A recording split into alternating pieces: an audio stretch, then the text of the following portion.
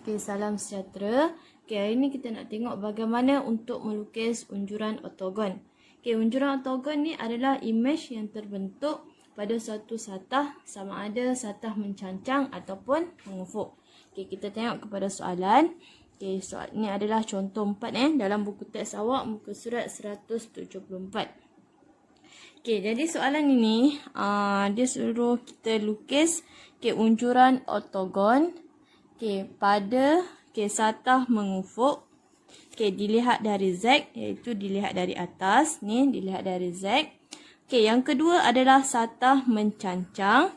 Dilihat dari X, adalah dari sisi tepi ni lah. Dari X. Yang ketiga adalah satah mencancang juga. Dilihat dari Y, iaitu dilihat dari depan ini. Jadi kita tengok cara penyelesaian dia. Ini adalah dia punya objek yang asal. Soalan yang pertama adalah kita nak lukis unjuran oktogon ataupun kita nak lukis dia punya imej dilihat dari Z, iaitu dilihat dari atas. Jadi langkah dia, awak tengok setiap bucu yang ni, bucu A, D, C, B. Kita tengok bucu yang bawah.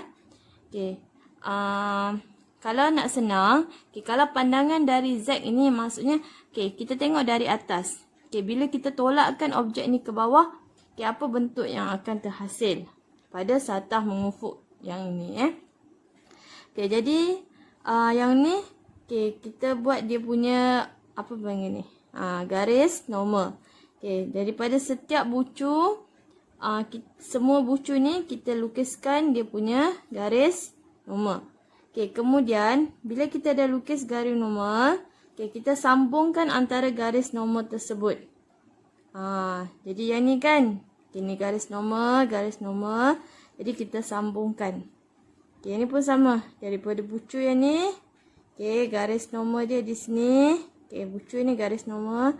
Jadi kita sambungkan semua. Jadi bentuk yang kita hasilkan adalah segi 4 tepat. Walaupun gambar rajah ini sengit, tapi sebenarnya kita lukis segi 4 tepat. Kita tidak lukis sengit. Kemudian kita labelkan semua bucu. Untuk labelkan semua bucu, susunan huruf adalah mengikut arah pandangan. Jadi kalau kita tengok di atas ni adalah E dulu kita jumpa kan. Baru kalau kita tolak dia ke bawah, kita akan jumpa D. Sebab itu kita buat E/D. Kalau yang ni H, kita tolak dia ke bawah, tidak ada siapa-siapa. Sebab tu dia H sahaja. Sama juga yang ni I, bucu I.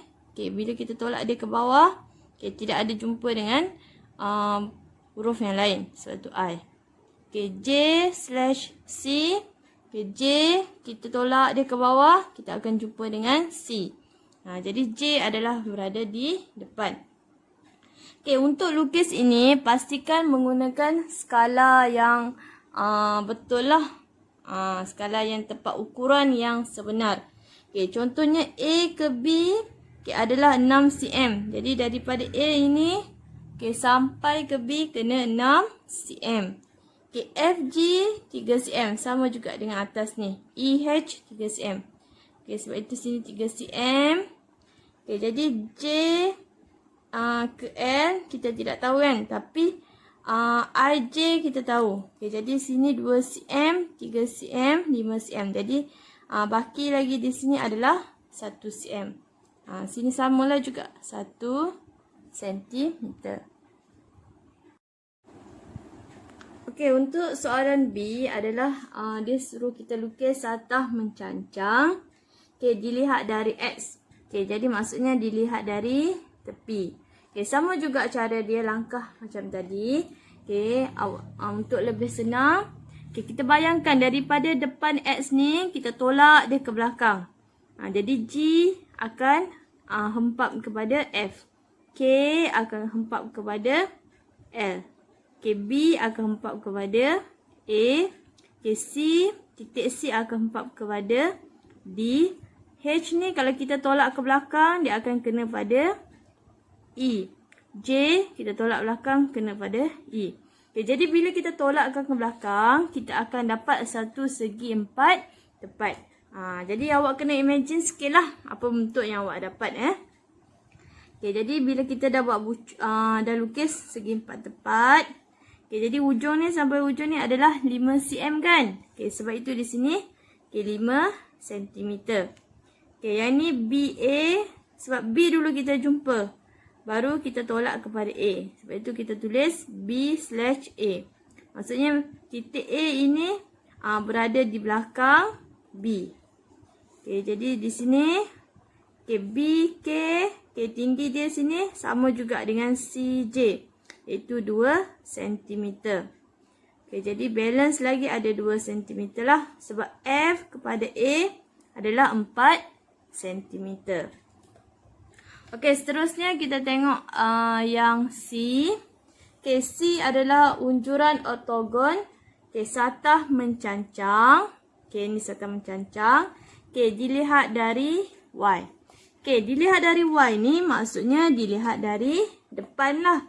Okey, jadi dari depan ini kita tolak dia ke belakang. Okey, ini adalah garis Ini adalah garis normal dia. Ini adalah sudut 90 darjah.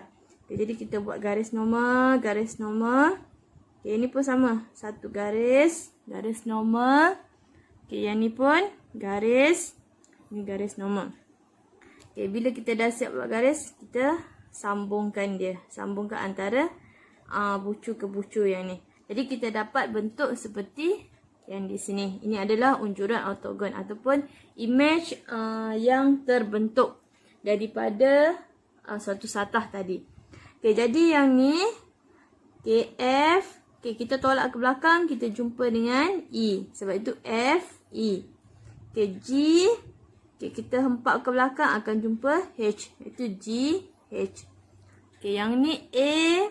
Okay, kita tolak ikut saja garisan dia. Okay, A tolak ke belakang akan jumpa D. A, D. Okay, B tolak ke belakang jumpa C. Okay, sebab itu B, C. Okay, ikut satu garis jumpa dengan J. L jumpa dengan I. G tolak ke belakang jumpa dengan H. Sudah tadi Okay, untuk ukuran dia. Okay, jadi daripada A ke B. Okay, kita perlu buat. Okay, ini adalah 6 cm. A ke F adalah 4 cm. B ke K adalah 2 cm. LK 2 cm. Jadi hujung ni sampai hujung ni. Okay, kita tidak perlu kira lah. Jadi awak sambungkan sahaja daripada titik G kepada titik L. Okay, jadi itu adalah antara lukisan unjuran ortogon yang kita belajar hari ini. Okay, jadi nak senang untuk awak imagine.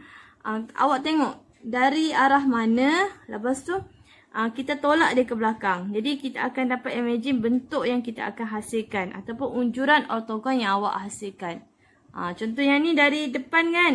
Jadi kalau kita tolak ke belakang. Bentuk yang kita dapat adalah seperti yang ini. Itu saja.